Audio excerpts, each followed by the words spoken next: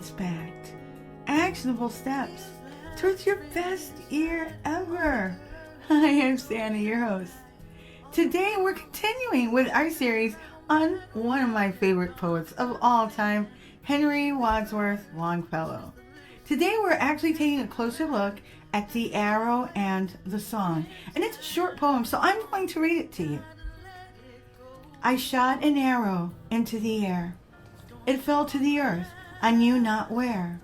For so swiftly it flew, the sight could not follow it in its flight. I breathed a song into the air. It fell to earth, I knew not where. For who has sight so keen and strong that it can follow the flight of a song? Long, long afterward, in an oak, I found the arrow still unbroke, and the song from beginning to end I found again in the heart of a friend. First, some biographical information on the poem. The Arrow and the Song was first published in 1845. The poem was initially included in Longfellow's collection titled The Belfry of Bruges and Other Poems, which is 122 pages of poems, songs, and sonnets. When The Arrow and the Song was first published, it was well received by the reading public. Longfellow was already a popular poet, and this particular work resonated with many due to its simple but deep meanings by way of metaphor, alliteration, and assonance, among other literal devices. The poem has remained popular and is frequently included in anthologies of American poetry, even now. From a personal development perspective, the short but thought-provoking poem provides valuable insights and lessons that are relevant even today. Firstly, let's look at the arrow that Longfellow shoots into the air, but doesn't know where it lands because it moves faster than his eyes can track. The arrow can easily be read as a metaphor for words. Whether the words are contained in a letter, song, poem, email, text, or spoken, we never truly can know where it will land. How the words used will be received, processed, and the potential impact it will have is really unknown to us. You might argue that when you string a group of words together in a text, letter, or email, there is a purpose or goal and an intended recipient. Regardless, it is sometimes challenging to pinpoint precisely how someone is going to be impacted by what was said and written. Can you think of any times when you were misunderstood, misquoted, or treated unfairly for a perceived fallacy or error in interpretation of what you said? See what I mean? Longfellow may have pondered about the power of his own words in his literary works. With creative works, it can be daunting to tweak your words so that they have a very intentional impact. The idea in this opening line and the entire quatrain is to consider the impact of our words, since we really don't know where it will land, which is how your words will impact.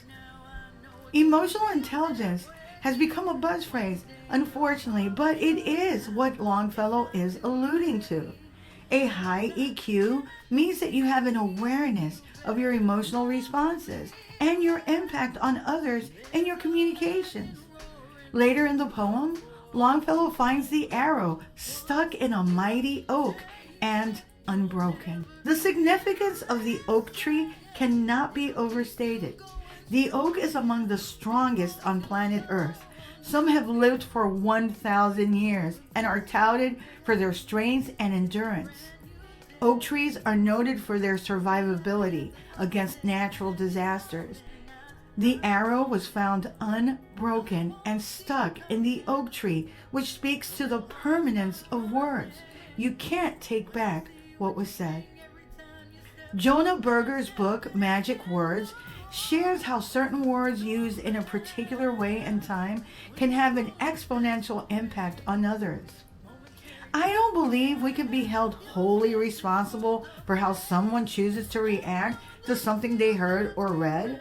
However, we can make an effort to be more intentional and clear versus ambiguous and confusing. In the same poem, Longfellow breathes a song into the air. He also cannot track to see where it landed. However, he later finds it in the heart of his friend. The song that he breathes into the air is contrasted with the arrow stuck in the hard oak tree to mean that the song had a positive and lasting impact as it landed in the heart of a friend. Knowing what words not to use are almost as important as knowing what words to use. Here's a brief list of words that are often experienced as negative: hate, failure, rejection, betrayal, anger, jealousy, greed, manipulation, lies, neglect, arrogance, laziness, injustice, ignorance, cruelty, selfishness, resentment, envy, pessimism. Clearly, all messages are not intended to be positive, but we can be more aware of what we are saying and how. A quick checklist. Check your tone. Are you loud, agitated, friendly, or dismissive? It's not just what you are saying, but how you say it. Are you using the following words? Always, never, forever, completely, absolutely, totally, entirely, utterly. These are absolute words that leave no room for speculation or argument or error margins. You are asserting that the statement is unequivocally true. See what I did there? In person, check your body language.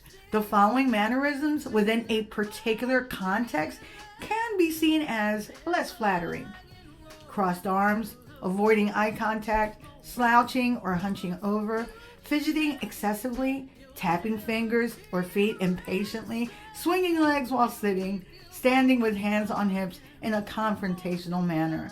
This is all when someone is trying to have a conversation with you. It's what you say and how you say it, as well as when you say it. Longfellow's The Arrow and the Song, in a very simple but articulate manner, drives home the concept of the power of words. The text specifically underscores the lasting impact of what we say or write, whether positive or not. Though the lesson is to be more thoughtful and intentional, it also highlights the swiftness or quickness of words and the futility of trying to recant something once it is said. We can frame that in the context of the digital age, as many careers have started and ended on Twitter and TikTok. Take an extra minute before shooting off an email if you are upset. Saying "I'm sorry" can be viewed just as a formality and just the right thing to do. In itself, it does not denote sincerity or address the underlying issues that led to harmful words. It also does not take away the sting of hurtful utterances. That's something to keep in mind. If you like what you're hearing, don't forget to leave a review. You can also read a full transcript of this podcast episode and all 217 podcast episodes and counting on my blog, DoThisFirst.life. You can also subscribe to my YouTube channel at Do This First. And I'm getting closer and closer to 10,000 subscribers, so thank you everyone.